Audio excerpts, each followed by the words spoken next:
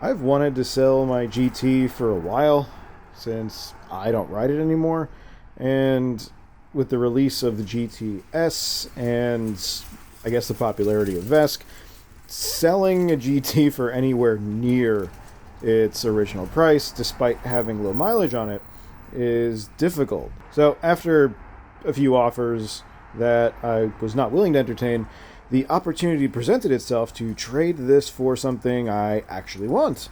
And so we are going to toss this in the car, head all the way over to Brooklyn, and trade this and some other stuff with it for something I actually want. All right.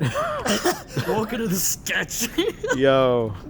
So I drove out to Brooklyn in the middle of the night, which my wife wasn't happy about. So here's the GT, which is going to a new home where it will be used and enjoyed. And we are trading it for a 0.1 mile plus. So fresh AF. The rails are clean. Tires got a little bit of schmutz on it, but we'll wipe that off. Bumpers are clean, which we can replace anyway, but most importantly, the hub is clean and the rails are clean. So we're doing a straight up trade just on the streets of Brooklyn.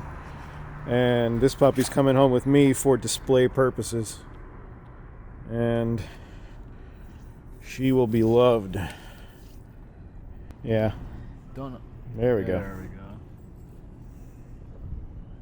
Sweet. So I'm happy with that because I haven't been riding this anyway, and Fresh. yeah, there's only so many lowball offers you can get on a GT before you just give it away for something you actually want. Wow. So we're gonna take this one home, wipe it down, put it on display. Does it sound like a decent trade to you? Decent trade. All right. Thank you, sir.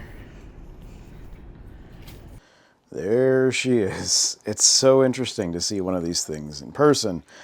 I never owned a Plus before. My first Onewheel was an XR, and seeing one of these in near mint condition is pretty cool for me as an enthusiast. I don't normally see Pluses that haven't been completely, beaten up and well loved, as it were. And so seeing one and being able to own one is quite the experience for me. This is just the beginning, by the way. And my XR, which is sitting right there, is going to get sort of a retro facelift. Going to pull all that color stuff off of it, return it back to stock. I got a whole bunch of new parts, some old NSK bearings. Those are the ones with the brown seals that are on this. So you've got the brown seals on there. That's always something interesting to see. The brown seals, indicative of the NSK bearings, were on these old Pluses. I think the first early-ish runs of the XR.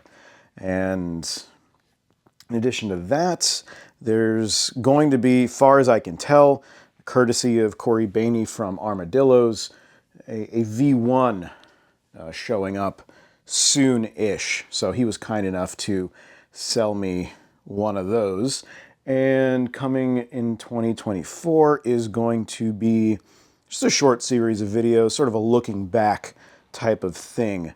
Looking at the original Onewheel, change to the Plus, the iteration of the XR, and that era of the Onewheel existence, of the Onewheel ethos, which is the most interesting part of the company's history to me and the culture's history, because the Plus and the XR were side by side with the earlier E-Skates stuff, the boosted boards and the early Evolve boards. So most of the skateboard PEV culture, in terms of which one do I buy, was always Onewheel versus boosted board. And the Plus was like right at the head of that. And the majority of it happened with the XR. And so that's going to be interesting to look at. It's always interesting for me to think about. And so having a pristine Plus Oh God, it looks so cool. I even got, because they're all on clearance, all the old Onewheel stuff. I got the deep shack rack stand.